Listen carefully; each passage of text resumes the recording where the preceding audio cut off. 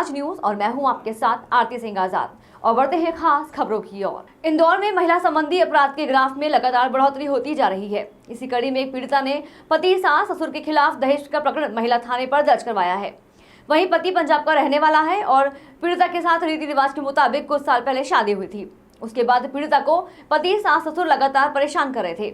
इसी के बाद पीड़िता ने पूरे मामले की शिकायत पुलिस को कर दी और पुलिस ने विभिन्न धाराओं में दर्ज कर जांच पड़ताल शुरू कर दी है।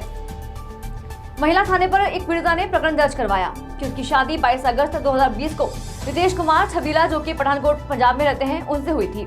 शादी में परिवार वालों ने सोने चांदी की रकम पति व ससुराल वालों को दिए थे। शादी के 1 माह तक तो ससुराल वालों ने महिला को अच्छे से रखा। फिर उसके बाद से पति रितेश कुमार, सास किरण, ससुर छबील दास, ननद नेहा के द्वारा छोटी छोटी बातों को लेकर परेशान किया जाने लगा। इसी के साथ शादी में परिवार वालों ने कम दहेज दिया और यदि कहीं और शादी करते तो हमें 50 लाख रुपए दहेज के रूप में मिलते। इस तरह के ताने पति सास ससुर के द्वारा दिए जाते थे। वहीं पीड़िता ने पुलिस को यह भी बताया कि शादी से पहले पति के बारे में यह बताया गया था कि वह ग्रेजुएट है, परंतु शादी के बाद ये जानकारी लगी कि वह 12वीं पास है।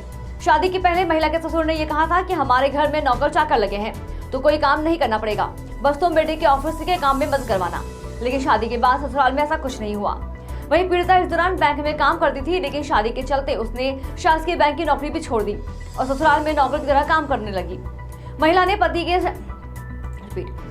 पति को शादी रजिस्टर करवाने के लिए कई बार बोला तो वह हमेशा टालते रहे और मानसिक रूप से काफी प्रताड़ित किया, जिससे महिला को सर दर्द की बीमारी हो गई, जिसका इलाज भी करवाया और इलाज के पेपर भी महिला के पति ने रख लिए।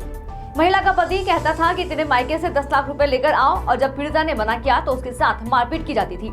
वहीं पीड़िता ने पुलिस को यह भी बताया कि मायके से 10 लाख रुपए लेकर आने पर पति के द्वारा एक नया व्यापार शुरू करने की बात कही जा रही थी और इन्हीं से बातों के लिए वह लगातार परेशान कर रहे थे।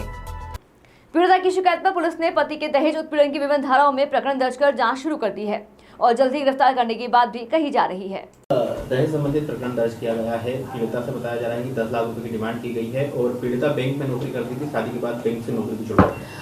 देखिए, बिल्कुल ठीक है। जैसा कि आप सभी को पता है, कोई कंप्लेनेंट महिला आती है तो उसकी कंप्लेंट लेकर दोनों पक्षों को बुलाकर उसकी काउंसलिंग कराई जाती है। चूँकि परिवार का मामला होता है, डायरेक्ट एफआईआर अपन एक बार नहीं करते, क्योंकि एक बार जुड़ जाए अगर परिवार तो अच्छा रहता है और कई बार छोटे छोटे मनमुटाव भी होते हैं। इसी पर से आवेदक पक्ष को बुलाया गया, लेकिन वो लोग उपस्थित नहीं हुए और उनका कहना था कि हम नहीं आएंगे। तो आवेदिका वाकई पीड़ित है, परेशान है। 10 लाख रुपए और समय समय पर दीगर चीज़ों की भी डिमांड हुई है और ये बात भी सही है कि पीड़िता जो है वो वर्किंग है और अनावेदक नहीं करता है कुछ, ऐसा पीड़िता ने बताया है।